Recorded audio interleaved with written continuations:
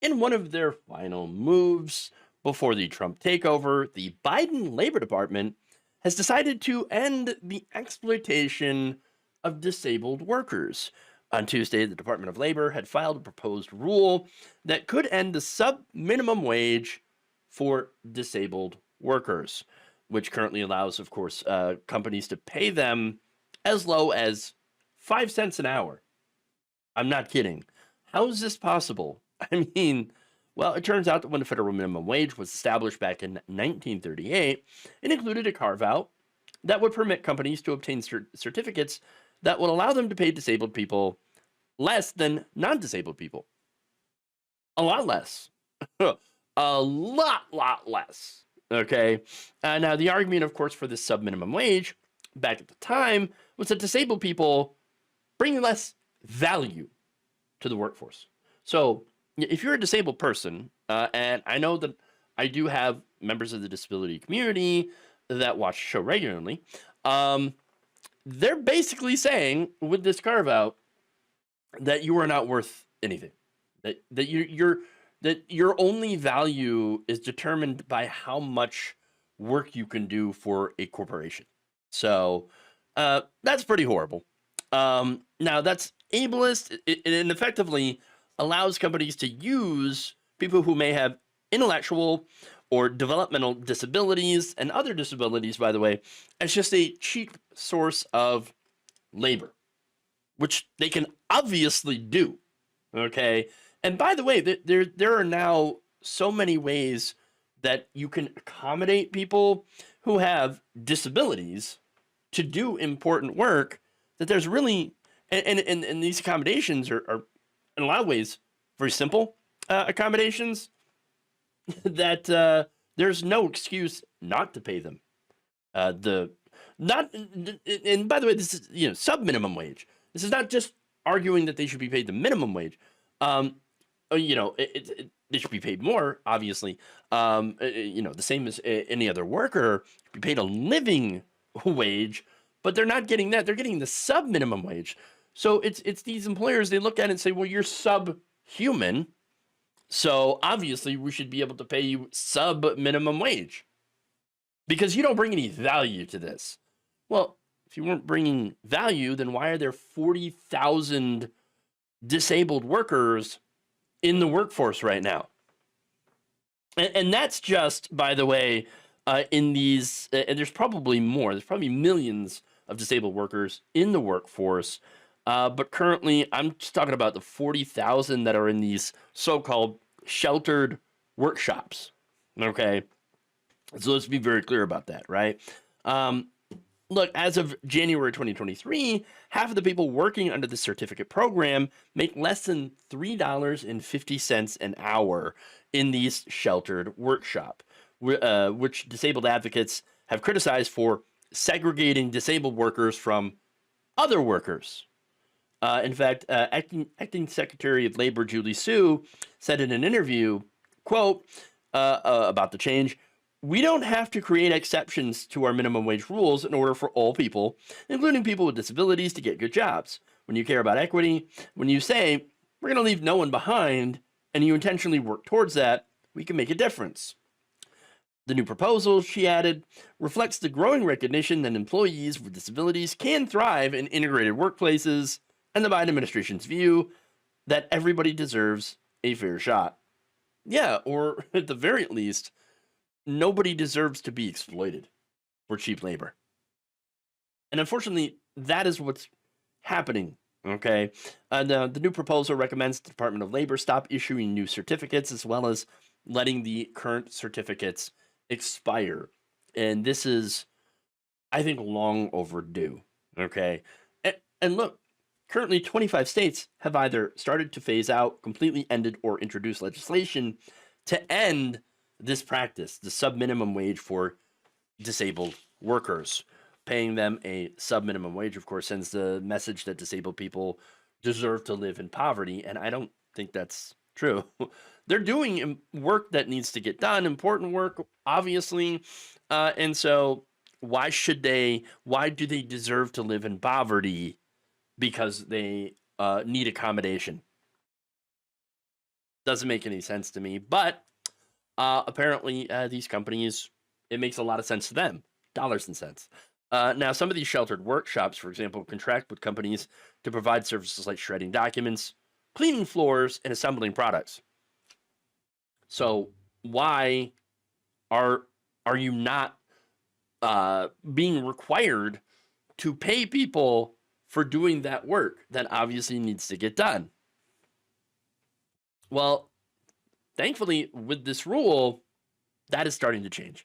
Now, in recent years, some employers have started paying workers as little as 25 cents per hour to sort clothes and 5 cents per hour to cut rags, according to documents Bloomberg News obtained via public records requests.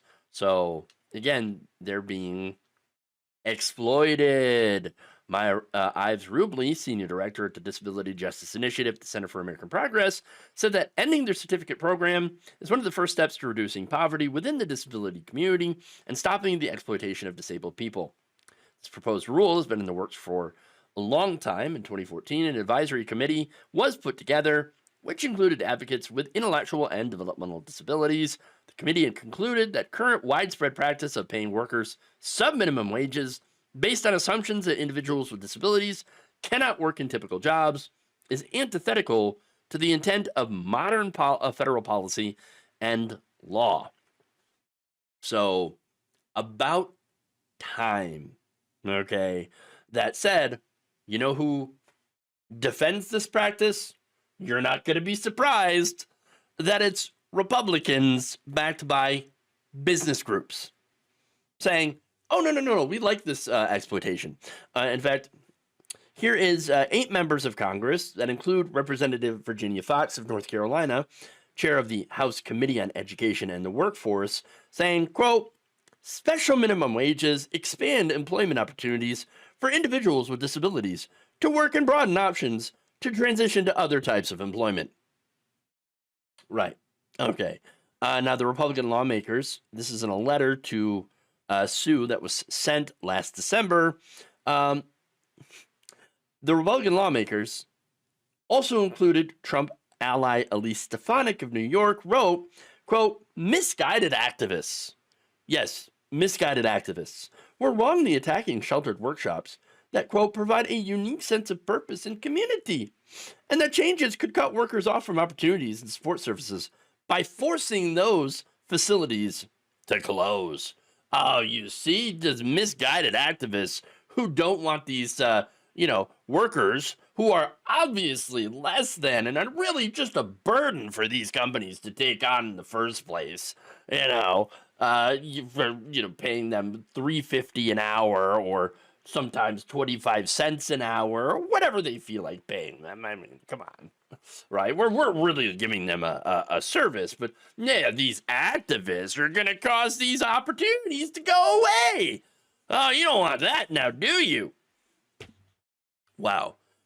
First of all, nobody's forcing these companies, these workshops to close, right? It's just saying, hey, you need to, if you're going to employ people, you can't just get away with paying them a sub-minimum wage for work that obviously needs to get done and does get done. Okay? That's it.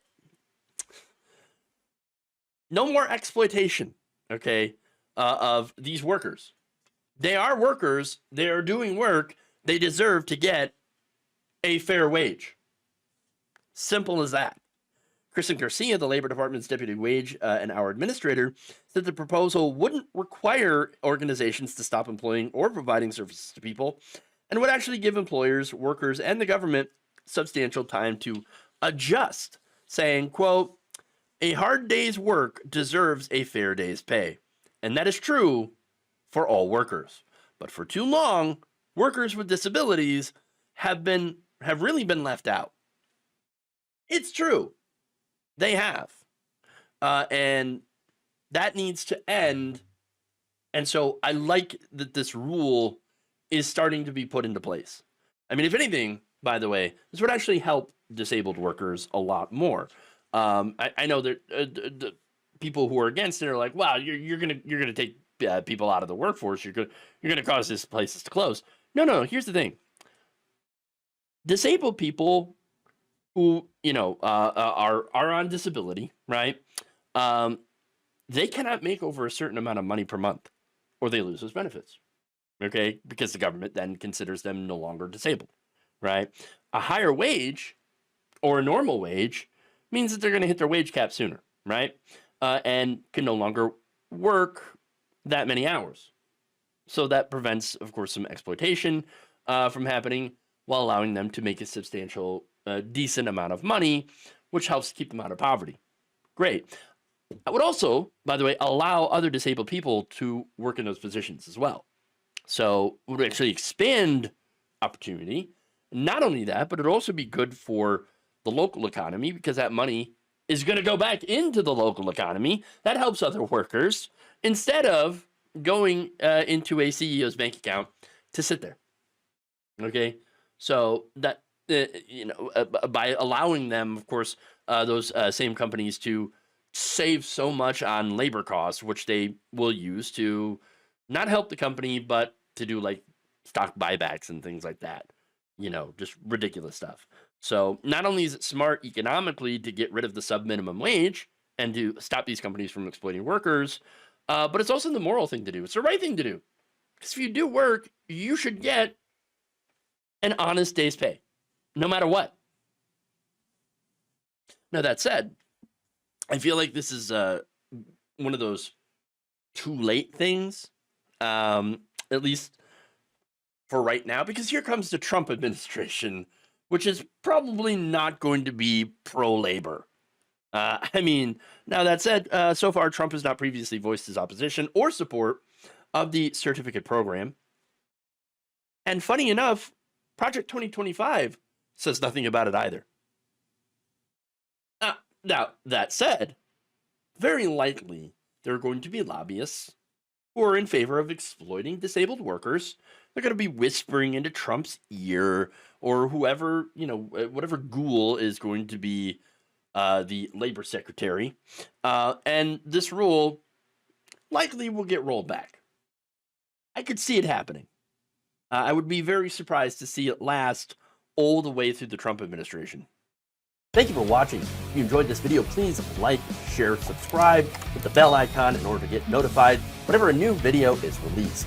And if you want to support independent, progressive media through this difficult time where it seems like everybody is shutting down, you can become a member on our YouTube page, you can become a subscriber on Facebook, or you can go to my Patreon.